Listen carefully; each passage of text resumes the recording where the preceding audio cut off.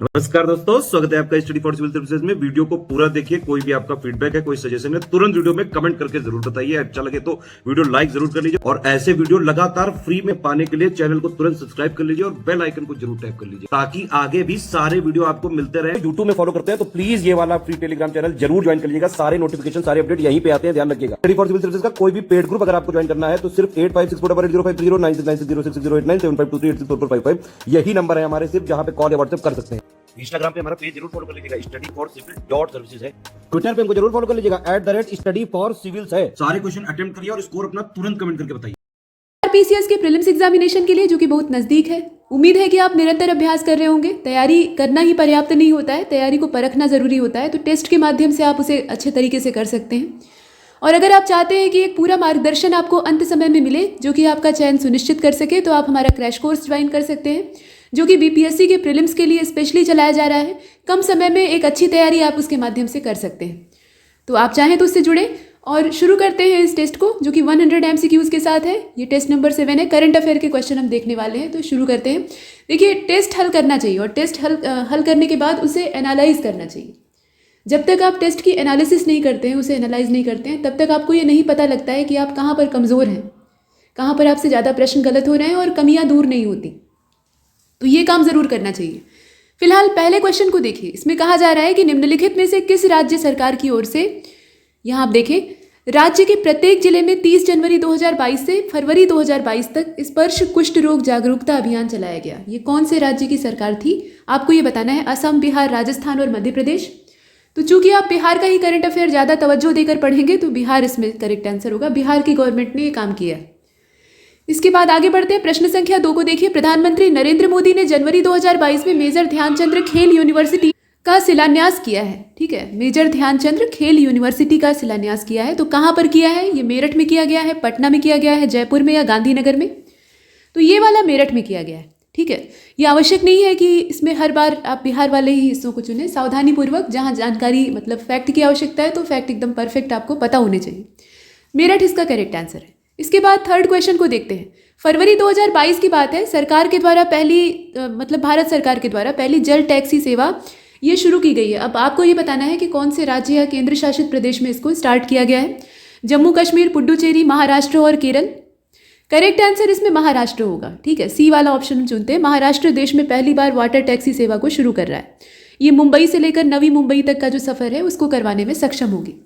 इसके बाद 4th number के क्वेश्चन को देखिए, जिसमें कहा गया कि किस बैंक ने क्रिकेटर शेफाली वर्मा को अपना ब्रांड एम्बेसडर बनाया है। ये कौन सा बैंक है? इंडियन बैंक है, IDRB बैंक है या फिर इलाहाबाद बैंक है? तो करेक्ट आंसर इसमें से कुछ भी नहीं दिखाई दे रहा है। कोई भी जो विकल्प है वो ठीक ठाक नहीं बैठ रहा है, तो हम ई वाले ऑप्शन को चुनते हैं। बैंक ऑफ बड़ौदा जो है ना, वो जनवरी 2022 में शेफाली वर्मा जो कि क्रिकेटर हैं उनको अपना ब्रांड एम्बेसडर बनाता है। तो बैंक ऑफ बड़ौदा को आप याद रखेंगे। इसके बाद 5th को देखिए। यहाँ एक किताब का नाम है। किताब का नाम है द प्रेसिडेंशियल ईयर्स। अब ये किसी भारतीय राष्ट्रपति का संस्मरण है। मतलब अब राष्ट्रपति के पद पर रहते हुए उन्होंने क्या क्या अनुभव किए, कैसा उनका जीवन बीता, ये सब उन्होंने लिखा है। तो ये किसकी किताब है आप बताइए, मतलब किसके जीवन पर आधारित है? और इसका जो राइट आंसर है, यहाँ आप राष्ट्रपतियों को देख रहे हैं, प्रणब मुखर्जी इसका करेक्ट आंसर होगा।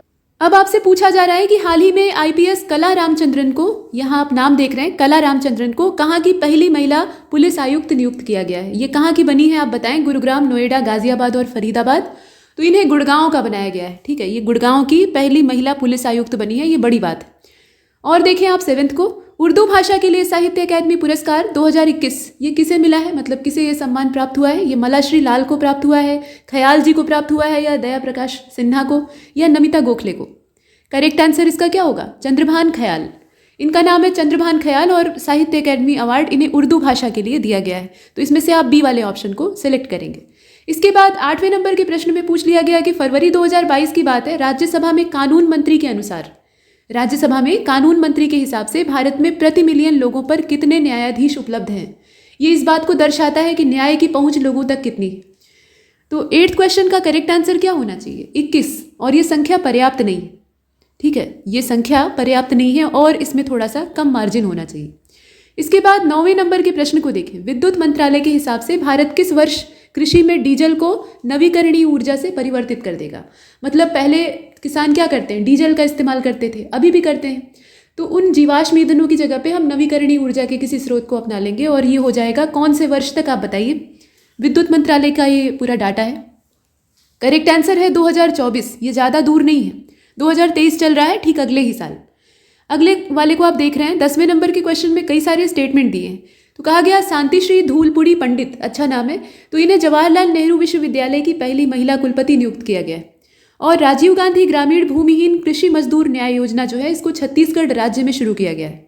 गुजरात के स्वामी सच्चिदानंद को साहित्य और शिक्षा की श्रेणी में वर्ष 2022 का पद्म भूषण अवार्ड दिया गया है, मतलब पद्म भूषण सम्मान से सम्मानित किया गया है। और मोदी जी ने 16 जनवरी को राष्ट्रीय स्टार्टअप दिवस के रूप में चिन्हित करने की घोषणा की है। तो आपको ये बताना है कि इसमें से सही कथन कौन सा है।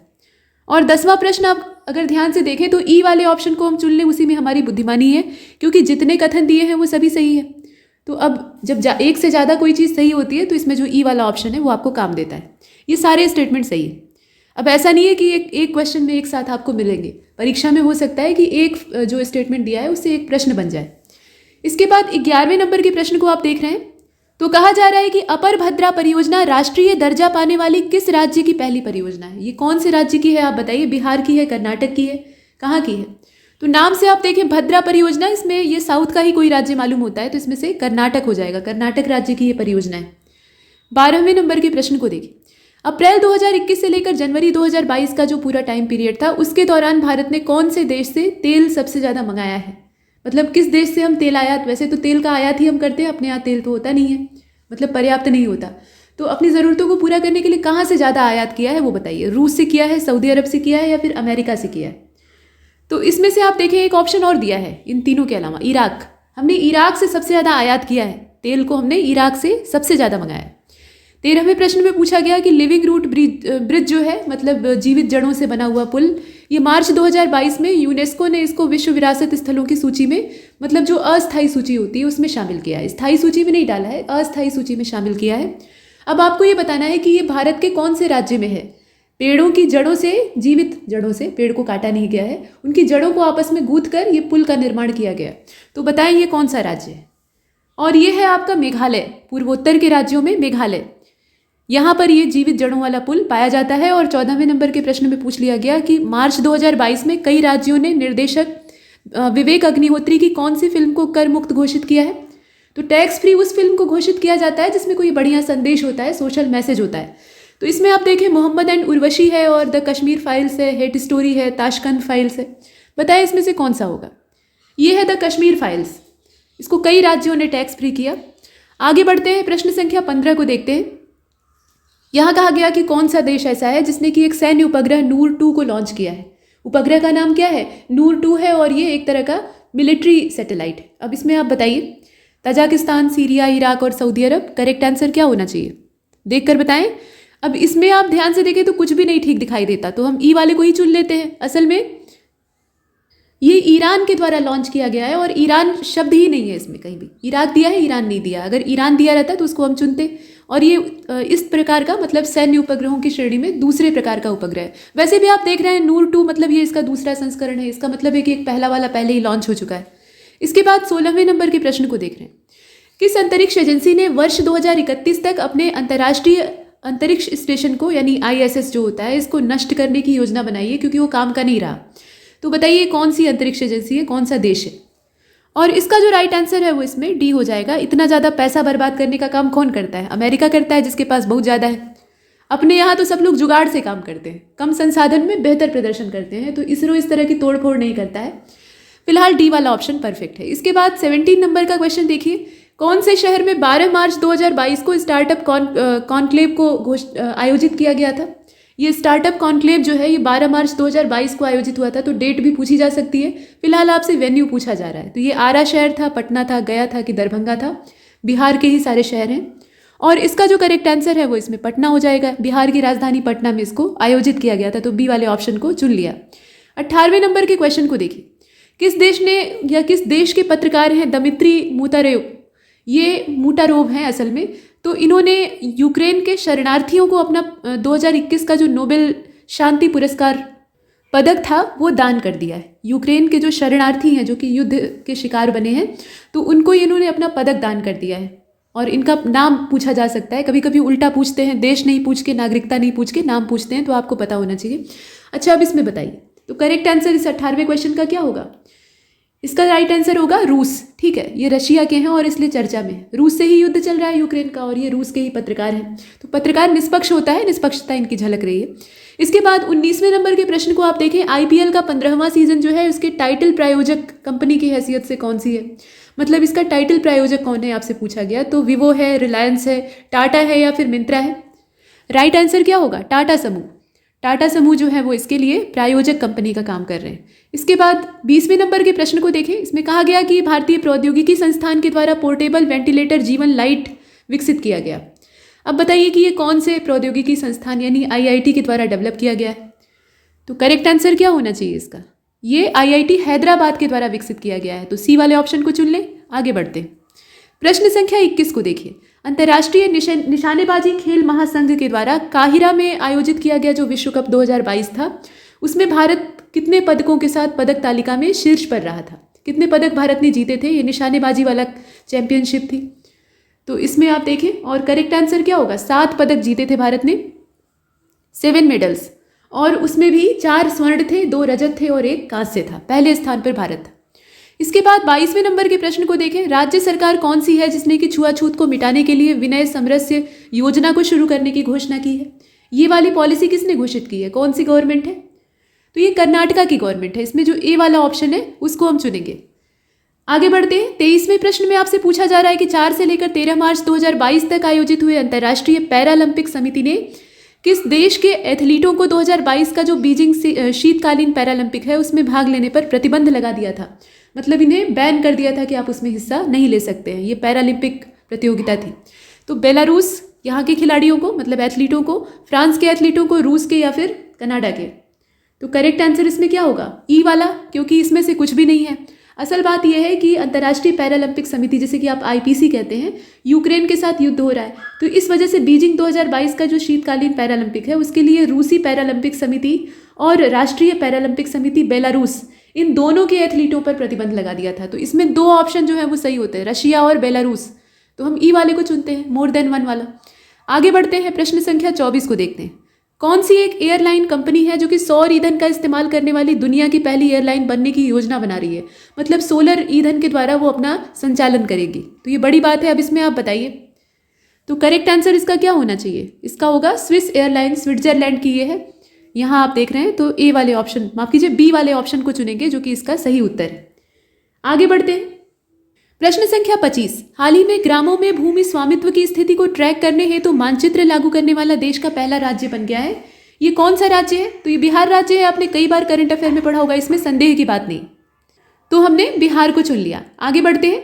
प्रश्न संख्या 26 आपसे पूछ रहा है कि राष्ट्रीय जल पुरस्कार 2022 में बिहार के किस जिले ने सर्वश्रेष्ठ जिले की श्रेणी में पहला स्थान, सर्वोच्च स्थान प्राप्त किया था? तो ये कौन सा जिला है बिहार का, ये बताइए। देखिए, दरभंगा दिया है, मधुबनी दिया है, कटिहार दिया है और पूर्वी चंपारण। तो इसमें से राइट आंसर क्या होगा? पूर्वी चंपारण, यानी बी वाला ऑप्शन हमारा परफेक्ट है। क्वेश्चन नंबर 27 को देखते हैं। वर्ष 2022 में अंतर्राष्ट्रीय मातृ पृथ्वी दिवस हमारे ग्रह में निवेश विषय के साथ, ये थीम इसका दे दिया है, हमारे ग्रह में निवेश यानी इन्वेस्टिंग इन आवर प्लैनेट। ये क्या था? थीम था। तो बताइए इसके साथ ये कब मनाया गया मातृ पृथ्वी दिवस अंतर्राष्ट्रीय स्तर का? यहाँ अप्रैल का महीना दिया है, अब कौन सी तारीख है वो आपको देखना है। तो करेक्ट आंसर इसका क्या होगा? 22 अप्रैल। 22 अप्रैल को ये मनाया गया था। सी वाला ऑप्शन हम चुनते हैं। आगे बढ़ते हैं। प्रश्न संख्या 28। गलत कथन का आपको चयन करना है। कुल मिलाकर 4 कथन है। तो वर्ष 2023 में भारत में स्ट्रीट चाइल्ड क्रिकेटर विश्व कप की मेजबानी करेगा, ये दिया हुआ है। और उसके साथ साथ 3 दिवसीय स्मार्ट सिटीज, स्मार्ट शहरीकरण सम्मेलन जो है वो सूरत में आयोजित हुआ, ऐसा दिया हुआ है। और हेमंत बिस्वा शर्मा को भारतीय बैडमिंटन संघ के अध्यक्ष के रूप में 2022 से लेकर 2026 तक दूसरे 4 साल के कार्यकाल के लिए निर्विरोध चुना गया है। और अश्विनी श्रीवास्तव डिकोडिंग इंडियन बाबूडोम के लेखक हैं। अब बताइए कि इसमें से गलत कौन सा है? तो गलत वाला ऑप्शन अगर देखें तो कुछ भी नहीं है, जितने हैं ना वो सब सही है। और ये सारी जानकारियाँ सिर्फ आपको इसलिए दे रखी है, ऐसे प्रश्न नहीं आते हैं जिसमें कि 4 मोटे मोटे स्टेटमेंट हो। इसमें से हर स्टेटमेंट से एक क्वेश्चन बन सकता है। कुल मिलाकर ये आप जानते रहें, अवेयर रहें इन मुद्दों से। फिलहाल इसमें ई वाला ऑप्शन हमने चुना। जितने भी दिए हुए हैं वो सभी सही हैं, गलत कुछ भी नहीं। इसके बाद 29वें नंबर के प्रश्न में कहा गया कि किस भारतीय अमेरिकी गायक ने हाल ही में ग्रैमी अवार्ड 2022 में सर्वश्रेष्ठ बच्चों के संगीत एल्बम का पुरस्कार जीता है। तो ये कौन से सिंगर हैं आप बताएं? सोफी ट्रूडो हैं या फिर किरण आहूलिया हैं, फाल्गुनी शाह है, रहमत है? तो इनका नाम है फाल्गुनी शाह। इसमें से आप सी वाले ऑप्शन को चुनेंगे। प्रश्न संख्या 30 को देखते हैं। जंगली जानवरों को कानूनी अधिकार देने वाला देश पहला कौन सा बन गया है? उनके पास भी अपने कानूनी अधिकार हैं, अच्छी बात है। तो ये ब्राज़ील है, श्रीलंका है, पाकिस्तान है कि इक्वाडोर है? ये गवर्नमेंट है इक्वाडोर की, अच्छा काम किया है। मतलब जंगली जानवरों के पास भी अपने कानूनी अधिकार हैं। ये दक्षिण अमेरिकी देश है इक्वाडोर। अप्रैल में इसने ये काम किया। इसके बाद 31वें प्रश्न को देखते हैं। और ऐसा अधिकार वृक्षों के पास भी होना चाहिए, न सिर्फ वन्य जीवों के पास बल्कि जो पेड़ हैं उनके पास भी ऐसा अधिकार होना चाहिए। देखिए यहाँ पर तो हाल ही में अदालत के आदेशों को इलेक्ट्रॉनिक मोड के माध्यम से सुरक्षित और तेजी से प्रसारित करने के लिए फास्टर नाम का सॉफ्टवेयर लॉन्च किया गया। ये किसने लॉन्च किया है ये आपको बताना है। तो इसमें किसने लॉन्च किया है ये तो आप यहाँ देख लेंगे। साथ में जो जानकारी दी है उसको भी आप इकट्ठा कर लें कि ये जो सॉफ्टवेयर है ये किस काम आता है, इसका मूल उद्देश्य क्या है, पूछा जाता है। अब इसमें से आप देखकर बताएं तो करेक्ट आंसर क्या होना चाहिए। यहाँ पर आप 31वें प्रश्न को देख रहे हैं। करेक्ट आंसर क्या होगा? न्यायाधीश NV रमन्ना। यहाँ पर जो न्यायाधीश NV रमन्ना ऑप्शन है यानी बी वाला, उसको हम चुनते हैं। आगे बढ़ते हैं। प्रश्न संख्या 32 को देखते हैं। किस राज्य में दीमा हसाओ जिले में कई महापाषाण काल के जो पत्थर के घड़े हैं वो प्राप्त हुए? बताइए। ये जो डिस्ट्रिक्ट दिया है ये कहाँ का है? असम का है, कर्नाटक का है, झारखंड का है, कहाँ का है? तो ये असम का है। अप्रैल 2022 की ये बात है। असम को आप पहले चुन लीजिए। और ये जिला जो है ये कई प्रकार के पाषाणकालीन अवशेषों के लिए जाना जाता है। इसके बाद 33वें नंबर के क्वेश्चन को आप देख रहे हैं। यूनेस्को के महानिदेशक हैं ऑड्रे अजोले। इन्होंने world book capital advisory committee की सिफारिश पर मैक्सिको के किस शहर को 2022 की वर्ल्ड बुक कैपिटल के रूप में नॉमिनेट किया है? ये कौन सा शहर है मैक्सिको का, जरा बताइए। तो ये जो शहर है ये ग्वाडलजारा है, ठीक है। तो इसमें जो नीचे वाला ऑप्शन है डी वाला, उसको हम चुनेंगे। ये है ग्वाडलजारा। नेक्स्ट प्रश्न संख्या 34 को देखते हैं। कौन सी कंपनी भारत में बाजार पूंजीकरण के लिहाज से भारत की शीर्ष 10 सबसे मूल्यवान कंपनियों की सूची से बाहर हो गई? जो टॉप 10 यहाँ की कंपनी थी, मूल्यवान कंपनी थी, उनकी लिस्ट से इसे बाहर कर दिया गया है। तो ये कौन सी कंपनी है? HDFC है या रिलायंस है या फिर SBI है या TCS है? करेक्ट आंसर इसका HDFC होगा। ये जो है ना ये बाहर हो गई है, टॉप 10 से इसको निकाल दिया गया है। इसके बाद 35वें नंबर के क्वेश्चन में पूछा गया कि अप्रैल 2022 में छठे उद्यमी नेतृत्व पुरस्कार 2022 से किसे सम्मानित किया गया है? ये सम्मान किसको प्राप्त हुआ है जरा बताइए। तो ये सम्मान प्राप्त हुआ है विवेक लाल को। और इसमें जो बी वाला ऑप्शन है वो हमारा एकदम सही है। 36वें की ओर चलते हैं। प्रधानमंत्री नरेंद्र मोदी ने हाल ही में भगवान हनुमान जी की 108 फीट की प्रतिमा का अनावरण किया है। कहाँ पर किया है वो आपको बताना है। तो बताइए। इसमें जगहों के नाम दिए, जैसे मोरबी है, छपरा है, सलेम है और उदयपुर है। करेक्ट आंसर क्या होगा? ये मोरबी है। और ये मोरबी जगह कहाँ पे है? तो गुजरात में है। ये लोकेशन कहाँ की है? गुजरात की है। और 16 अप्रैल 2022 को इसका अनावरण किया गया। इसके बाद प्रश्न संख्या 37 को देखते हैं। पोर्टेबल सोलर रूफटॉप सिस्टम ये देश का पहला है। इसका उद्घाटन कहाँ पे हुआ है? बताइए। यहाँ राज्य का नाम और जिले का नाम दिया है। करेक्ट आंसर इसका गांधीनगर होगा। गांधीनगर मतलब गुजरात। और हम चुनते हैं सी वाले ऑप्शन को। इसके बाद 38वें नंबर के प्रश्न को देखें। किस बैंक ने केंद्रीय सशस्त्र पुलिस वेतन पैकेज योजना के माध्यम से विशेष लाभ प्रदान करने के लिए सीमा सुरक्षा बल के साथ समझौता ज्ञापन यानी मेमोरेंडम ऑफ अंडरस्टैंडिंग पर हस्ताक्षर किए? ये कौन सा बैंक है आपको चुनकर बताना है। और इसमें से करेक्ट आंसर क्या होगा? इस तरह के बड़े काम कौन कर सकता है? State bank of India. तो सी वाले ऑप्शन को हमने चुन लिया। 39 को देखिए। हाल ही में किस केंद्रीय मंत्री ने प्रोफेसर आलोक चक्रवाल के द्वारा लिखी हुई किताब है बिरसा मुंडा जनजाति नायक, इसका विमोचन किया है? तो बताइए कौन है, मतलब जिन्होंने विमोचन किया है। लिखने वाले का नाम यहाँ दे दिया है। लिखने वाले का नाम क्या है? ये प्रोफेसर आलोक चक्रवाल जी हैं। तो नीचे जो ऑप्शन दिए हैं उसमें से अगर आप देखें तो धर्मेंद्र प्रधान जो ऑप्शन है वो करेक्ट होगा। ठीक, धर्मेंद्र प्रधान जी के द्वारा इस किताब का विमोचन किया गया है। किताब का नाम भी आप याद रखेंगे। इसके बाद 40वें प्रश्न को देखिए। 57वां CRPF शौर्य दिवस 2022 ये कब मनाया गया, मतलब कौन सी तारीख थी वो बताइए। तो 9 अप्रैल। ये तो सिंपल फैक्चुअल डाटा है, अगर आपको पता है तो आप सही लगाएंगे, अदरवाइज गलत हो जाएगा। 41वें को देखते हैं। 16वीं संचालन समिति की बैठक में पर्यावरण, वन और जलवायु परिवर्तन मंत्रालय ने कौन से तरह के संघर्ष से संबंधित एक फील्ड मैनुअल लॉन्च किया है? ये किस तरह का संघर्ष है? ये एलिफेंट स्नेक का कॉन्फ्लिक्ट है या फिर मनुष्य और टाइगर के बीच में हो रहा था, इंसान और बाघ के बीच में हो रहा था, या मानव और हाथी के बीच में हो रहा था? किस तरीके का? तो ये जो है ना, इसका करेक्ट आंसर हो जाएगा इसमें मानव हाथी संघर्ष। यहाँ पहले तो जो सी वाला ऑप्शन है उसको चुन लेंगे। असल में ये मई 2022 की बात है, 16वीं संचालन समिति की बैठक में भारत में जो मानव हाथी संपर्क होता है और उसके बाद संघर्ष होता है, तो उससे निपटने के लिए प्रबंधन करने की आवश्यकता पर बल दिया गया है। क्योंकि मनुष्य उन स्थानों पर अपना विकास आगे बढ़ा रहा है जहाँ हाथियों का आवास था, और जब उनका आवास अतिक्रमित होता है, उसमें अतिक्रमण होता है, उजड़ने लगता है वो, तो वो अपनी आवश्यकताओं को पूरा करने के लिए मानव बस्तियों में घुस जाते हैं और बेमौत मारे जाते हैं, और मनुष्य भी परेशान होते हैं। तो ये जो असंतुलन पैदा हो रहा है, इसको मैनेज करने की ज़रूरत है। इसके बाद 42वें प्रश्न को देखिए। हाल ही में अमेरिका ने किस देश के दूतावासों और वाणिज्यिक दूतावासों को अपने कब्जे में ले लिया है? तो ये कौन सा जगह है? अफगानिस्तान है। अमेरिका पहले भी वहाँ पर अपना मनमानी कर रहा था, बीच में वहाँ से अपना बोरिया बिस्तर समेट लिया, अब एक बार फिर से दूतावास वहाँ के जो हैं उनको अपने कब्जे में कर लिया है। आगे बढ़ते हैं, प्रश्न संख्या 43, और इसमें देखें कि मिशन सागर जो है, यहाँ आप देख रहे हैं मिशन सागर के 9वें संस्करण के अंतर्गत श्रीलंका के कोलंबो में स्वास्थ्य सहायता को लेकर भारत का कौन सा नौसेना पोत भेजा गया था? श्रीलंका की आर्थिक स्थिति डामाडोल हो गई, तो उसके बाद भारत ने मदद भेजी थी, और स्वास्थ्य सहायता जो है उसको लेकर कौन सा नौसेना पोत गया था? बताएं, यहाँ जहाज का नाम आपको बताना है। तो करेक्ट आंसर इसका क्या होगा? INS घड़ियाल। अच्छा नाम है, तो INS घड़ियाल को हम यहाँ पर चुन लेते हैं, जो डी वाला ऑप्शन है। इसके बाद 44 की ओर चलते हैं। इसमें पूछा जा रहा है कि कौन सा कथन गलत है। बेंगलुरु में स्थित neo bank platform open 100 number का यूनिकॉर्न बन गया है, मतलब 100वां यूनिकॉर्न बन गया है। ये कथन दिया हुआ है, आपको बताना है कि गलत कौन सा है इसमें से। और एंथोनी अल्बानीज मई 2022 में ऑस्ट्रेलिया के 31वें प्रधानमंत्री बने। पश्चिम मध्य रेलवे ने नवदूत नाम से एक बैटरी से चलने वाला डुअल मोड लोकोमोटिव विकसित किया है। और यूके में यानी यूनाइटेड किंगडम में फ्लाइंग टैक्सियों के लिए दुनिया का पहला हवाई अड्डा बनाया गया है, जो कि टैक्सियाँ उड़ेंगी और लैंड करेंगी। तो बताइए कि इसमें से गलत कौन सा है?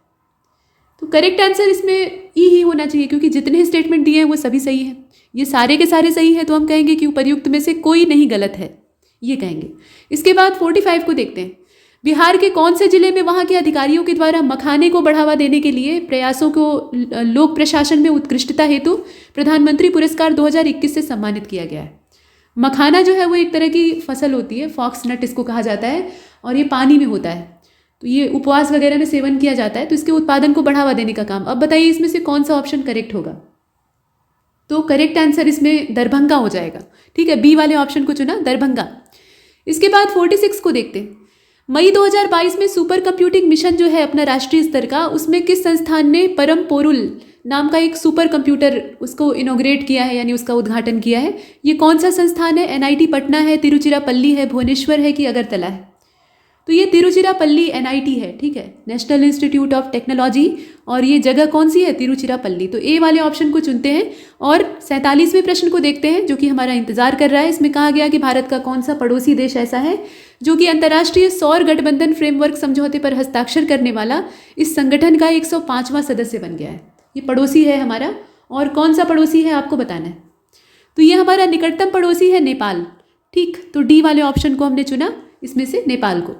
अगले प्रश्न को देखिए, यानी 48वां। पूछा गया कि सेना प्रशिक्षण कमान और गांधीनगर स्थित राष्ट्रीय रक्षा विश्वविद्यालय जो है, उन्होंने एक वार गेम अनुसंधान और विकास केंद्र स्थापित करने के लिए कहाँ पर एक समझौता ज्ञापन यानी मेमोरेंडम ऑफ अंडरस्टैंडिंग पर हस्ताक्षर किए हैं? तो ये जगह कौन सी है? ये जगह है नई दिल्ली। ठीक है, नई दिल्ली में ये काम हुआ है। और यहाँ 49वें प्रश्न को देखते हैं। निम्नलिखित में से किसने लग्जरी ब्रांड लुइस वुइटन की पहली भारतीय ब्रांड एम्बेसडर के तौर पे अपना जगह प्राप्त किया है? मतलब ये किसे ब्रांड एम्बेसडर नियुक्त किया गया है? लग्जरी ब्रांड है लुइस वुइटन। इस ब्रांड का ब्रांड एम्बेसडर कौन है इसमें से बताएं?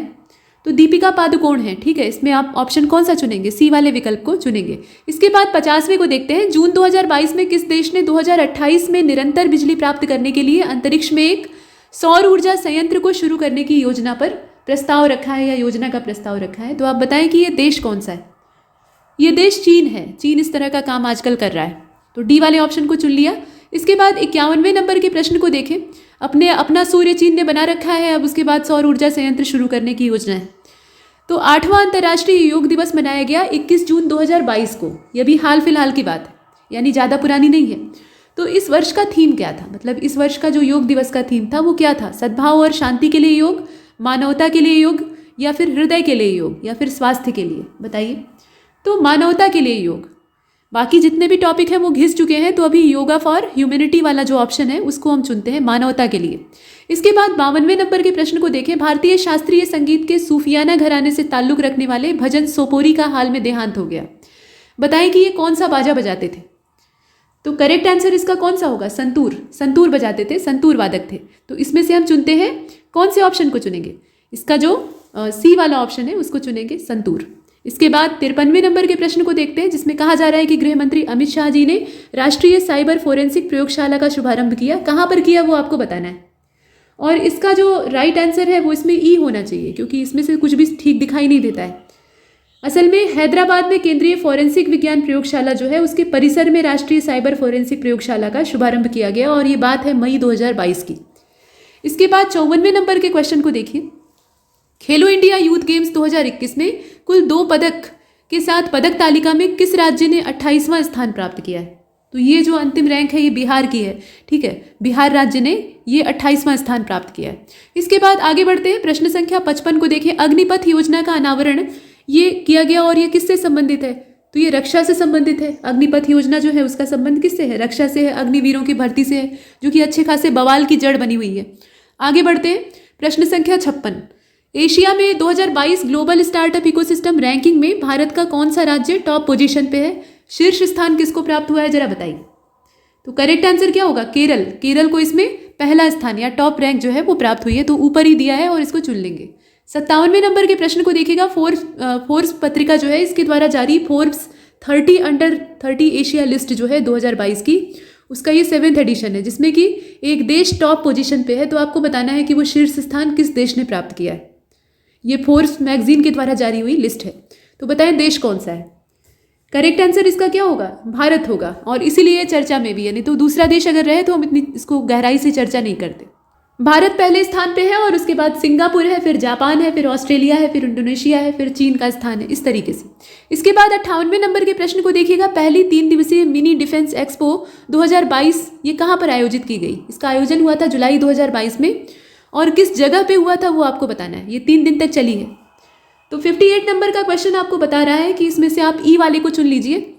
और ऐसा हमने क्यों किया? क्योंकि इसमें अगर देखें तो जो भारतीय सेना के द्वारा ये आयोजित 6 से लेकर 9 जुलाई, ध्यान दीजिएगा, 6 से लेकर 9 जुलाई 2022 के बीच में ये डिफेंस एक्सपो आयोजित किया जाता है। और इसका जो वेन्यू है वो इसमें से कहीं भी नहीं है, कोलकाता में था, पश्चिम बंगाल में कोलकाता में इसको आयोजित किया गया था।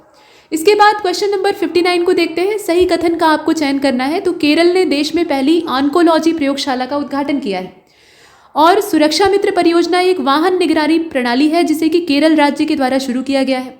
नासा का एक मिशन है जो कि 2029 में शुक्र ग्रह के निकट उड़ान भरेगा और कठोर वातावरण जो वहाँ का है उसका पता लगाएगा, मतलब शुक्र के वातावरण का पता लगाएगा।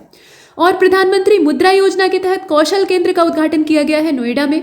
तो अब आपको बताना है कि इसमें से सही कौन सा है। तो जितने भी कथन दिए हैं वो सारे सही हैं। ये सब सिर्फ इन्फॉर्मेशन देने के पर्पज से ऐसे प्रश्न बनाए गए हैं जो कि 4 विकल्प वाले हैं, 4 स्टेटमेंट वाले हैं। तो ई वाले विकल्प को चुना। नेक्स्ट 60वें नंबर के क्वेश्चन को देखें। निम्नलिखित में से किस कंपनी ने हाल ही में केरल में भारत की सबसे बड़ी फ्लोटिंग और सौर ऊर्जा परियोजना जो कि 101.6 मेगावाट पीक की है उसको शुरू किया? ये कौन सा समूह है, कौन सी कंपनी है, आपको बताना है।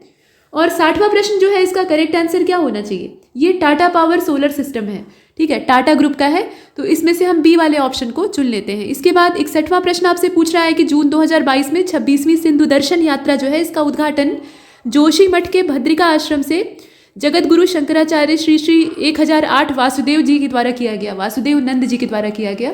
शंकराचार्य की गद्दी है उस पर जो आसीन होता है उन्हें शंकराचार्य की उपाधि दी जाती है। तो आप बताएं कि ये 26वीं जो सिंधु दर्शन यात्रा है ये कहाँ से शुरू होती है? उज्जैन से, लेह से, कच्छ से कि आरा से? अभी तो जोशी मठ जो है वो बुरी तरह से संकट में है। फिलहाल इसका जो करेक्ट आंसर है वो इसमें लेह होगा, ठीक, लेह वाला जो ऑप्शन है उसको चुन लिया। 62वें नंबर के प्रश्न को देखते हैं। बालिका पंचायत जो है ये 5 गाँवों में शुरू की गई है। कौन से जिले के 5 गाँव हैं जरा बताइए। तो 62वां प्रश्न देखिए, और इसका जो राइट आंसर है वो इसमें कौन सा होगा? कच्छ हो जाएगा, ठीक है। ये कच्छ जिले के 5 गाँव हैं जहाँ पे, और ये गांव जो है इसमें कुनारिया है, मस्का है, मोटागुआ है और बड़सर है, जहाँ की जो ग्राम पंचायत है उन्होंने शुरू किया है। और बेटी बचाओ बेटी पढ़ाओ अभियान के तहत ही इसको स्टार्ट किया गया है, तो वो भी आप दिमाग में रखेंगे। इसके बाद 63वें प्रश्न में देखिएगा, इसमें कहा जा रहा है कि गलत स्टेटमेंट कौन सा है जरा बताइए। तो सतत विकास लक्ष्य सूचकांक 2022 में फिनलैंड को टॉप रैंक प्राप्त हुई है, जबकि भारत को 121वां स्थान प्राप्त हुआ है। कर्नाटक उच्च न्यायालय के पूर्व न्यायाधीश भीमन गौड़ा संगनगौड़ा पाटिल को कर्नाटक के लोकायुक्त के तौर पर नियुक्त किया गया है। और 16 से लेकर 18 जून 2022 तक के उन्मेष अंतर्राष्ट्रीय साहित्य महोत्सव 2022 शिमला हिमाचल प्रदेश में आयोजित किए गए थे, तो वो आपको देखना है। इसमें भारत के डी गुड़केश, इन्होंने 9 राउंड में से 8 अंकों के लिए 8 अंकों के साथ गिजोन शतरंज मास्टर्स का जो खिताब है उसको जीता है। तो इसे अगर आप ध्यान से देखें, इसमें कुछ भी गलत नहीं है, जो स्टेटमेंट दिए हैं वो एकदम परफेक्ट है, और इसीलिए हम ई वाला ऑप्शन चुनते हैं। उपर्युक्त में से कोई भी जो है वो रॉन्ग नहीं है। 64वें नंबर के प्रश्न को देखिएगा। हाल ही में जुलाई 2022 में किस भारतीय प्रौद्योगिकी संस्थान ने पिवॉट नाम का जो एक आर्टिफिशियल इंटेलिजेंस बेस्ड उपकरण है उसको विकसित किया है? ये कौन सा प्रौद्योगिकी संस्थान है, सिर्फ आपको यही देखना है। तो ये IIT मद्रास है। इसमें आप फैक्चुअल डाटा है, आराम से चुन सकते हैं सी वाले ऑप्शन को। इसके बाद 65वें नंबर के प्रश्न को देखें। अनमेंशनिंग फीचर को लॉन्च करने वाला सोशल मीडिया प्लेटफॉर्म कौन सा है? ये ट्विटर है, फेसबुक है, व्हाट्सएप है, कौन सा है? तो ये ट्विटर है, ठीक है। ट्विटर वाले ऑप्शन को आप चुनेंगे, जो ए वाला विकल्प है वो सही है। इसके बाद यहाँ 66वें प्रश्न को देखिएगा। कौन सा राज्य 1 नवंबर 2022 को देश में पहली बार राज्य के स्वामित्व वाला ओवर द टॉप यानी OTT प्लेटफॉर्म लॉन्च करेगा, जिसका नाम है सी स्पेस? तो ये कौन सा राज्य है, जरा बताएं। सी स्पेस प्लेटफॉर्म का नाम है, तो वो भी पूछा जा सकता है। फिलहाल इसका राज्य अगर देखें तो ये केरल है, ठीक है। कई सारी विशेषताओं से युक्त ये प्लेटफॉर्म है और केरल राज्य के द्वारा इसको लॉन्च किया गया। इसके बाद 67वें नंबर के प्रश्न को देखें। कौन सा कथन सही है, आपको बताना है। जुलाई 2022 में केंद्रीय मंत्री अमित शाह ने जम्मू कश्मीर में श्रीनगर में स्थापित रामानुजाचार्य जी की शांति प्रतिमा का अनावरण किया है। ये रामानुजाचार्य जी की प्रतिमा है, ये आपको पता होना चाहिए। इसके बाद जो बी वाला ऑप्शन है उसको आप देखें। भारत में हाल ही में अंतर्राष्ट्रीय बाल यौन शोषण डेटाबेस में शामिल होने वाला 68वां सदस्य देश बन गया है। ये भारत के विषय में कहा जा रहा है कि वो 68वां सदस्य बन गया है, तो ये कथन है। इसके बाद आप देखिए, जुलाई 2022 में दुनिया भर में प्रेषण यानी प्रेरित धन का सबसे बड़ा प्राप्तकर्ता जो है वो भारत बन गया है, ये भी एक डाटा है। और उड़ीसा की रहने वाली श्रेया लेंका, ये भारत से पहली पॉप स्टार बन गई है। ये के पॉप स्टार है असल में। तो आप ये बताइए कि ये जो कथन दिए हुए हैं, कुल मिलाकर 4 कथन है, सही कौन सा है? और इसमें अगर ध्यान से देखा जाए तो इसका जो करेक्ट आंसर है वो ई हो जाएगा। इसमें जितने भी कथन दिए हैं वो सभी सत्य हैं, ठीक है। इसका जो ई वाला ऑप्शन है उसको हम चुनते हैं। आगे चलते हैं, प्रश्न संख्या 68 को देखते हैं। भारतीय विमानपत्तन प्राधिकरण के द्वारा किस हवाई अड्डे को कार्बन न्यूट्रल हवाई अड्डे के रूप में बनाया जा रहा है, जो कि दिल्ली अंतर्राष्ट्रीय हवाई अड्डे के बाद इस तरह का भारत का पहला हवाई अड्डा बनेगा? इसमें आप देखकर बताइए। तो तिरुपति अंतर्राष्ट्रीय हवाई अड्डा है, कोयम्बटूर है, लेह है, या फिर कुशीनगर है? और इसका जो राइट आंसर है वो इसमें लेह हवाई अड्डा होगा, ठीक है। लेह हवाई अड्डा जो है वो इस तरह का भारत का पहला हवाई अड्डा बनेगा दिल्ली के बाद। और इसके बाद 69वें नंबर के प्रश्न को देखें। जेनेसिस और टेक महिंद्रा के सहयोग से भारत में स्ट्रीट व्यू ये किसने लॉन्च किया है, किस कंपनी के द्वारा लॉन्च किया गया है? तो ये काम जो है ये गूगल का है, ठीक है। गूगल ने इसको इनके सहयोग से लॉन्च किया है। इसके बाद प्रश्न संख्या 70 को देखते हैं। संयुक्त राष्ट्र ने स्वच्छ, स्वस्थ और टिकाऊ पर्यावरण को मानव अधिकार के रूप में मान्यता देने का जो प्रस्ताव है उसको कब पारित किया? ये जो तारीख है आपको बतानी है। तो अगर आप देखें तो ये 2022 की ही सारी तारीखें हैं और जुलाई में ही लॉन्च भी किया गया था। तो इसमें जुलाई वाला 2 ऑप्शन दिया है, एक तो ए है, दूसरा डी है, लेकिन आप चुनेंगे ए को। 28 जुलाई की ये तारीख थी, ठीक है। ध्यान दीजिएगा, 28 जुलाई 2022 की तारीख। 71वें प्रश्न में कहा जा रहा है कि वर्ष 2025 में विश्व एथलेटिक्स चैंपियनशिप कहाँ पर आयोजित की जाएगी, ये आप बताइए। तो Noida Bharat, New York America, Moscow, ये मतलब न्यूयॉर्क अमेरिका का, नोएडा भारत का, मास्को रूस का और टोक्यो जापान का। तो ये बताइए कि इसमें से कौन सा होगा, कहाँ पर इसका आयोजन किया जाएगा? करेक्ट आंसर क्या होगा? टोक्यो यानी जापान। तो डी वाले ऑप्शन को चुना। इसके बाद आगे बढ़ते हैं, प्रश्न संख्या 72 को देखते हैं। इसमें कहा जा रहा है कि कौन से राज्य या केंद्र शासित प्रदेश की सरकार के द्वारा वर्ष 2023 में 28 जनवरी से लेकर 26 फरवरी तक अपने पहले सरकार समर्थित शॉपिंग फेस्टिवल की मेजबानी की जाएगी? ये कौन से राज्य की सरकार है, आपको देखकर बताना है। और इसका जो करेक्ट आंसर है वो इसमें नई दिल्ली हो जाएगा, यानी हम सी वाले विकल्प को चुनेंगे। और सी वाला विकल्प हमने क्यों चुना है? क्योंकि ये जो शॉपिंग फेस्टिवल है ना, ये भारत का अब तक का सबसे बड़ा शॉपिंग फेस्टिवल है और इसको आयोजित किया जाएगा राजधानी में। इसके बाद 73वें नंबर के प्रश्न को देखते हैं। प्रश्न संख्या 73 में कहा गया कि हाल ही में भारत ने प्रतिस्थापन स्तर की प्रजनन क्षमता हासिल कर ली है, जिसमें कि 31 राज्यों मतलब राज्य सहित केंद्र शासित प्रदेश इत्यादि, उन्होंने कुल कितनी प्रजनन दर हासिल की है वो आपको बताना है। यानी जो फर्टिलिटी रेट है, टोटल फर्टिलिटी रेट है, उसका डाटा आपको बताना है असल में। तो इसका जो करेक्ट आंसर है वो इसमें 2.1 होगा। 2.1 वाला जो ऑप्शन है ना, ए वाला, उसको चुन लीजिए। इसके बाद 74वें नंबर के प्रश्न की ओर चलते हैं, जिसमें कहा जा रहा है कि किसने राष्ट्रमंडल खेल 2022 में भारत का पहला पदक जीता है। ये किसके द्वारा जीता गया है आपको बताना है। तो मीराबाई चानू ने जीता था, ये आपने बहुत बार न्यूज़ में देखा होगा। ये कॉमनवेल्थ गेम की बात हो रही है और इसमें से हम बी वाले ऑप्शन को सिलेक्ट करते हैं। 75वें क्वेश्चन को देखते हैं। निम्नलिखित में से किस राज्य सरकार को एमएसएमई के विकास के लिए विभिन्न विकासात्मक पहलों के आधार पर एमएसएमई क्षेत्र के प्रचार और विकास में उत्कृष्ट योगदान के लिए राज्यों और केंद्र शासित प्रदेशों को राष्ट्रीय एमएसएमई पुरस्कार 2022 की श्रेणी में द्वितीय पुरस्कार से, ध्यान दीजिएगा, द्वितीय पुरस्कार से सम्मानित किया गया है। ये कौन सा राज्य है जिसने कि दूसरा पुरस्कार प्राप्त किया है? तो आमतौर पर जो सेकेंड अवार्ड होता है उसकी चर्चा नहीं होती है सामान्य तौर पे। पहले की चर्चा होती है ना, तो एकदम नीचे वाले की होती है। लेकिन जब बात किसी प्रादेशिक करंट अफेयर की है तो उसमें अगर कोई राज्य खास तौर पे दूसरे या तीसरे स्थान पे है तो उसी राज्य को हम चुन लेते हैं बिहार। ठीक है, आप बिहार का करंट अफेयर पढ़ेंगे तो बिहार राज्य जो है वो दूसरे स्थान पे थे। आगे बढ़ते हैं, अगले प्रश्न को देखते हैं। ये राष्ट्रीय एमएसएमई पुरस्कार है। ओडिशा इसमें पहले स्थान पे था और बिहार दूसरे स्थान पे है, तीसरे स्थान पर हरियाणा। प्रश्न संख्या 76 को देखते हैं। 76वें में कहा जा रहा है कि वर्ष 2022 का जो जुलाई माह था उसमें स्किल इंडिया मिशन की कौन सी वर्षगांठ मनाई गई है, वो वर्षगांठ का नंबर आपको बताना है। तो ये जो है ना, ये 7वीं वर्षगांठ है। ये जो सी वाला ऑप्शन है इसको हम चुन लेंगे। ये 7th एनिवर्सरी है जिसको कि यहाँ सेलिब्रेट किया गया और 15 जुलाई 2015 में इसको लॉन्च किया गया था। तो वो लॉन्चिंग की डेट जो है वो भी आपको पता होनी चाहिए। इसके बाद क्वेश्चन नंबर 77 को देखते हैं। 2021 से लेकर 22 का जो सत्र है, अखिल भारतीय फुटबॉल महासंघ का साल का सर्वश्रेष्ठ पुरुष फुटबॉलर किसको चुना गया है, ये आपको बताना है। सर्वश्रेष्ठ पुरुष फुटबॉलर की बात की जा रही है। तो इसमें से अगर आप ध्यान से देखें तो विक्रम प्रताप सिंह का नाम है, सुनील छेत्री का नाम है, सुब्रता पाल का नाम है और गुरप्रीत सिंह संधू का भी नाम है। तो अब इसमें से आपको देखकर बताना है और इसका जो राइट आंसर है वो इसमें कौन सा होना चाहिए, देखकर बताइए। इसमें अगर आप ध्यान से देखें तो सुनील छेत्री वाला जो ऑप्शन है ना वो परफेक्ट है। बी वाले को चुन लेते हैं। ये प्लेयर ऑफ द ईयर पुरस्कार के विजेता, इसमें सुनील छेत्री को आपने देख ही लिया और बाकी महिला फुटबॉलर ऑफ द ईयर जो 2021-22 की है वो मनीषा कल्याण है। तो महिला वाला भी पूछा जा सकता है। इसके बाद 78 को देखते हैं। मिथिला मखाना, इसको भौगोलिक संकेतक प्रदान किया गया है। ये कौन से राज्य का है? तो मिथिला तो आप जानते ही हैं कि कौन सा राज्य है, ये बिहार में पड़ेगा। सीता जी का ये मायका था। इसके बाद 79वें नंबर के प्रश्न को देखते हैं। अमर शहीद चंद्रशेखर आजाद की भव्य प्रतिमा ये कहाँ स्थापित की जाएगी? उत्तर प्रदेश में की जाएगी कि मध्य प्रदेश में, कि गुजरात में, कि बिहार में, बताइए। तो इसका अगर आप आंसर देखें तो करेक्ट आंसर क्या होगा इसका? 79 को आप देख रहे हैं, 79 का करेक्ट आंसर मध्य प्रदेश होगा। भोपाल में इसको स्थापित किया जाएगा, न तो उत्तर प्रदेश न बिहार, भोपाल। तो बी वाले विकल्प को चुना। इसके बाद प्रश्न संख्या 80 को देखिए। 10 अगस्त 2022 को प्रधानमंत्री आवास योजना शहरी फेज की जो है उसको कब तक जारी रखने की मंजूरी दी गई है? शहरी आवास योजना जो है ना, इसको जारी रखा जाएगा आगे। तो कब तक जारी रखा जाएगा ये डेट आपको बतानी है। ये नवंबर 2025 तक ऐसे ही चलेगी, 2023 तक चलेगी, मतलब जनवरी 2023 अब चल के ख़त्म हो जाएगी, या अगस्त 2022 में ही समाप्त हो गई, या फिर दिसंबर 2024?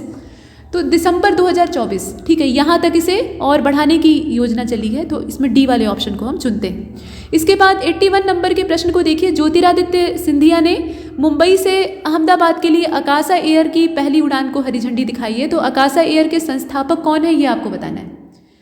तो इसमें आप ध्यान से देखिए, मुकेश अंबानी, विजय मल्ल्या और राकेश झुनझुनवाला है, लक्ष्मी मित्तल भी हैं। राकेश झुनझुनवाला, ठीक है, राकेश झुनझुनवाला जो है वो आकाशा एयरलाइन के संस्थापक हैं। तो सी वाले ऑप्शन को चुना। इसके बाद 82वें नंबर के प्रश्न को देखें। गहरे समुद्र के रहस्यों का पता लगाने के लिए किस देश ने मेगा महासागर मिशन समुद्रयान को लॉन्च किया है? ये कौन सा देश है आपको इसमें देखकर बताना है। तो ये भारत है। भारत के द्वारा ये जो समुद्रयान नाम का मिशन है इसको लॉन्च किया गया है। अच्छा खासा है, गहरे समुद्र के रहस्य को खोजने के लिए भारत के द्वारा इसे किया गया है। और आगे बढ़ते हैं, 83वां नंबर जो है प्रश्न का देखते हैं। तो इस्माइल 75 नाम की पहल शुरू की गई है। कौन सी मिनिस्ट्री के द्वारा अगस्त में इसको लॉन्च किया गया था? मंत्रालय का नाम आपको बताना है। और इसमें आप देख रहे हैं कि जितने भी मंत्रालय दिए हैं ना, सब के सब गलत हैं। तो फिर सही कौन सा है? ई वाले को पहले चुन लेते हैं। सामाजिक न्याय और अधिकारिता मंत्रालय जो है उसने इस्माइल 75 नाम की पहल को 12 अगस्त 2022 को शुरू किया था। तो इसमें कोई भी विकल्प सही नहीं था। इसके बाद 84वें नंबर के प्रश्न को देखिएगा। कहा जा रहा है कि भारत में 3 अगस्त 2022 को 10 आर्द्र भूमियों यानी वेटलैंड्स को रामसर सचिवालय से रामसर स्थलों के रूप में मान्यता प्रदान की गई। अब रामसर स्थलों और उनसे संबंधित राज्यों के संबंध में कुछ विकल्प यहाँ दिए हैं। आपको ये बताना है गलत वाला सुमेलित कौन है, मतलब जो सही सुमेलित नहीं है उसकी तलाश आपको करनी है। तो वेलोड पक्षी अभ्यारण्य जो है वो तमिलनाडु में है, सतकोसिया गार्ज है उड़ीसा में, शालबुग है ये वेटलैंड कंजर्वेशन रिजर्व है जम्मू कश्मीर का, और नंदा झील जो है ना वो गोवा की है। अब इसमें आप बताइए कि गलत कौन सा है। तो गलत इसका कोई, इसमें आप देखिए ई वाले ऑप्शन को पहले चुन लीजिए, ई वाले को चुन लेते हैं। अब बात करते हैं तो जितने भी जोड़े दिए हैं ना वो सही सुमेलित हैं। तो इसमें आप देख लीजिएगा वेलोड वाला जो है वो तमिलनाडु में, अलग अलग भी पूछा जा सकता है कि ये जो पक्षी अभ्यारण्य है या वेटलैंड रिजर्व है वो कहाँ पे है। आगे देखते हैं 85 को।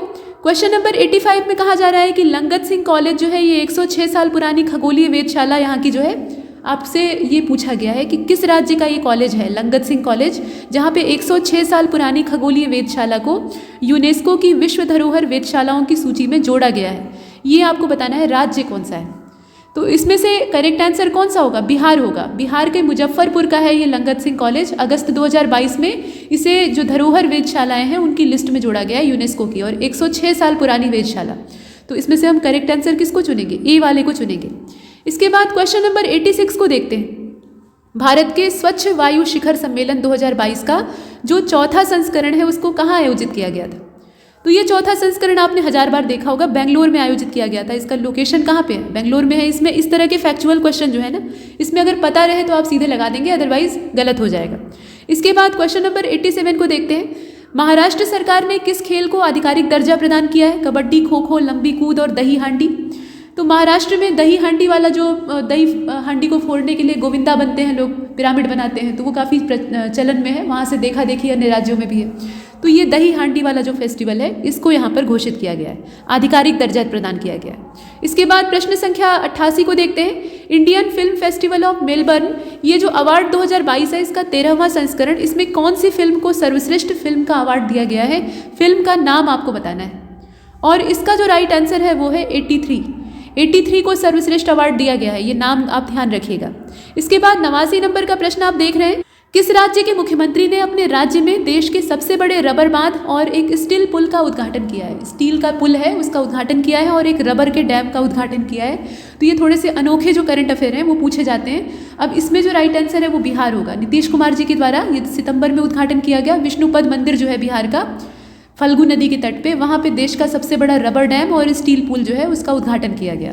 तो इसमें आपसे नदी का नाम और टेम्पल का नाम भी पूछा जा सकता है। फिलहाल बिहार इसका राइट आंसर है। इसके बाद 90 नंबर का जो क्वेश्चन है उसको देखिएगा। सऊदी अरब किस देश को पीछे छोड़ते हुए सितंबर में भारत के लिए दूसरा सबसे बड़ा तेल आपूर्तिकर्ता देश बन गया है। हमने सबसे ज़्यादा तेल आयात कहाँ से किया था वो हमने पीछे क्वेश्चन में देखा था। अब यहाँ पर ये पूछा जा रहा है कि दूसरा सबसे बड़ा ये देश है, तो किसको इसने पीछे छोड़ा है, कौन से देश को। अब प्रश्न संख्या 90 और इसका जो राइट आंसर है वो रूस हो जाएगा, हमारा दोस्त रूस। इसके बाद आगे बढ़ते हैं। निम्नलिखित में से कौन सा कथन गलत है। यानम जो है ये भारत की संस्कृत में बनी पहली साइंस डॉक्यूमेंट्री है जो कि मिशन मंगल की सफलता पर आधारित है। और कजाकिस्तान ने अपने देश की राजधानी नूर सुल्तान का नाम चेंज कर दिया है और उसका नाम फिर से अस्ताना कर दिया है जो कि उसका पुराना नाम था। और नुआखाई जुहार नाम की एक कृषि उत्सव जो है वो मनाई जाती है, मतलब ये कृषि परंपरा है असल में, जिसे कि फेस्टिवल के रूप में सेलिब्रेट किया जाता है। तो ये सितंबर 2022 में ओडिशा में मनाया गया। और बिहार के 2 साहित्यकार हैं, एक तो जफर कमाली है मधुबनी और दूसरे हैं सिवान के वीरेंद्र झा। इनको बाल साहित्य पुरस्कार 2022 से सम्मानित किया गया है। तो ये 4 डाटा आपको दे रखा है, बताइए गलत कौन सा है, 91। और क्वेश्चन नंबर 91 का जो राइट आंसर है वो इसमें हो जाएगा डी वाला। ये जो डी वाला ऑप्शन है वो गलत है। इसमें आप हमेशा खुश हो जाएं और ई को चुन लें, ऐसा नहीं हो सकता है। कभी कभी कुछ जो स्टेटमेंट है वो गलत भी हो सकते हैं। बिहार के 2 साहित्यकार हैं, बाल साहित्यकार हैं जो कि बाल साहित्यकार पुरस्कार जीतते हैं। इसमें मधुबनी जिले के हैं वीरेंद्र झा, ठीक है, और सिवान जिले के हैं जफर कमाली। तो इन लोगों की जो लोकेशन दी है, इन लोगों का जो जगह दिया है ना वो गलत दिया है। मधुबनी और सिवान में उलटफेर हो गया है और इसलिए जो डी वाला ऑप्शन है वो गलत है। इसके बाद आगे बढ़ते हैं। प्रश्न संख्या 92 कहा जा रहा है कि कौन से देश ने अपनी एक सड़क का नाम विश्वविख्यात भारतीय संगीतकार AR रहमान के नाम पे रख दिया है। तो सड़क का नाम AR रहमान के नाम पे रखा। अब इसमें जो देशों के नाम दिए हैं कोई भी सही नहीं है। असल में कनाडा के मार्खम शहर में एक सड़क है जिसका नाम AR रहमान के नाम पे अगस्त 2022 में रखा गया था। तो इसमें कनाडा कहीं भी दिया नहीं है और इसीलिए हम ई वाले विकल्प को चुनते हैं। 93 को देखिए, हाल ही में बिहार के अवनीश नंदन प्रसाद का चयन एशिया कप और T20 वर्ल्ड कप 2022 में कमेंटेटर के रूप में किया गया है। तो अवनीश नंदन निम्नलिखित में से बिहार के किस जिले से संबंधित हैं, आपको ये बताना है। 93 को आप देख रहे हैं और इसका जो राइट आंसर है वो इसमें डी हो जाएगा, मुजफ्फरपुर। ठीक है, मुजफ्फरपुर से इनका कनेक्शन है। प्रश्न संख्या 94 को देखें, इसमें कहा गया कि केंद्रीय जल शक्ति मंत्री हैं गजेंद्र सिंह शेखावत किस राज्य या केंद्र शासित प्रदेश को भारत का पहला स्वच्छ सुजल प्रदेश इन्होंने घोषित किया है। किसने घोषित किया है वो आपको बता दिया गया, और किस राज्य को घोषित किया गया है ये आपको इसमें से देखकर बताना है। तो ये राज्य या केंद्र शासित प्रदेश दोनों हो सकता है। तो ये केंद्र शासित प्रदेश है अंडमान निकोबार द्वीप समूह। 17 सितंबर 2022 की तारीख में इसे स्वच्छ सुजल प्रदेश के तौर पे घोषित किया गया है। और पुडुचेरी जो है इसको मतलब पुडुचेरी ने खुद को ही असल में हर घर जल स्थापित संघ राज्य क्षेत्र के तौर पे घोषित किया है कि मतलब यहाँ पे पूरी तरह से ये काम हो गया है। तो कुल मिलाकर इसमें से सी वाले ऑप्शन को चुन लिया, अंडमान निकोबार। इसके बाद 95 को देखते हैं, निम्नलिखित में से किसने हाल ही में केंद्रीय रिजर्व पुलिस बल के 37वें नए महानिदेशक के रूप में नियुक्ति प्राप्त की है। ये व्यक्ति कौन है बताइए। और इसका जो सही जवाब है वो है सुजाय लाल थाउसेने। मतलब इसमें ए वाला विकल्प जो है हमारा सही है। इसमें आप देखें ए वाला ऑप्शन सही है। प्रश्न संख्या 96, अक्टूबर 2022 चीनी कंपनी है एक्सपेंग और इसके द्वारा एक इलेक्ट्रिक फ्लाइंग टैक्सी बनाई गई है और इसका पहला परीक्षण कहाँ पे किया गया, मतलब इसे लॉन्च किया गया और टेस्ट किया गया। तो टेस्ट कहाँ पे हुआ आप बताइए। करेक्ट आंसर क्या होना चाहिए, इसमें सी वाला ऑप्शन पकड़ लीजिए। दुबई में ये टेस्टिंग हुई थी, दुबई में इसको टेस्ट किया गया था, लेकिन बनाया किसने है, चीनी कंपनी ने बनाया। तो कभी कभी मैन्युफैक्चरर का नाम भी पूछ लिया जाता है। इसके बाद 97 में कहा जा रहा है कि 22 अक्टूबर 2022 की बात है, प्रधानमंत्री नरेंद्र मोदी ने कितने कर्मियों को नियुक्त करने के लिए रोजगार मेला भर्ती अभियान के पहले चरण का शुभारंभ किया है। ये कितने ज़्यादा श्रमिक है, मतलब उनकी जो संख्या है वो आपको असल में बतानी है। तो करेक्ट आंसर इसका क्या होगा, 10 लाख हो जाएगा। 10 लाख श्रमिकों को नियुक्त करने का प्लान है और ये अच्छी खासी संख्या है लेकिन पर्याप्त नहीं है। इसके बाद 98 को देखते हैं। 98 में कहा जा रहा है कि अक्टूबर 2022 में केंद्रीय गृह मंत्री जी ने बिहार के सारण जिले के सीता बदियारा में लोकनायक जयप्रकाश नारायण की प्रतिमा का अनावरण किया। तो आपसे ये भी पूछा जा सकता है कि जयप्रकाश नारायण जी की प्रतिमा का अनावरण कौन से जिले में या किस जगह पे किया गया, ये भी आपसे पूछा जा सकता है। फिलहाल यहाँ पर आपको प्रतिमा की ऊंचाई बतानी है। तो ये जो मूर्ति बनाई गई है जेपी की वो 14 फीट ऊंची है। इसकी ऊंचाई कितनी है, 14 फीट की है। बहुत ज़्यादा ऊंची प्रतिमा नहीं है और बहुत छोटी भी नहीं। इसके बाद 99 को देखते हैं, जिसमें कहा जा रहा है कि किस राज्य की दिविता राय ये मिस दिवा यूनिवर्स 2022 बन गई हैं। ये कौन से राज्य की है दिविता राय, तो ये कर्नाटक राज्य की हैं। और इसमें से जो ए वाला ऑप्शन है उसको हम चुनेंगे, ये ए वाला विकल्प हमने देखा। नेक्स्ट 100 नंबर का जो अंतिम प्रश्न है इस टेस्ट का अंतिम, इसमें कहा जा रहा है कि किसे वित्त मंत्रालय के व्यय विभाग की 27वीं महालेखा नियंत्रक के तौर पे नियुक्त किया गया है। ये कौन सी व्यक्ति है, 27वें नंबर की है। तो इसमें से आप देखें भारती दास, शेफाली जुनेजा, अश्विनी और अनीश दयाल सिंह का भी नाम है। फिलहाल बात इसमें भारती दास वाला जो ऑप्शन है यानी ए वाला उसको हम चुनते हैं और यहाँ पर ये मॉक समाप्त होता है। ऐसे ही बहुत सारे टेस्ट आपको परीक्षा पर्यंत मिलते रहेंगे। लगातार अभ्यास करते रहिए, रिवीजन करते रहिए और अपनी तैयारी को मजबूत बनाते रहिए। तो तब तक के लिए नमस्कार।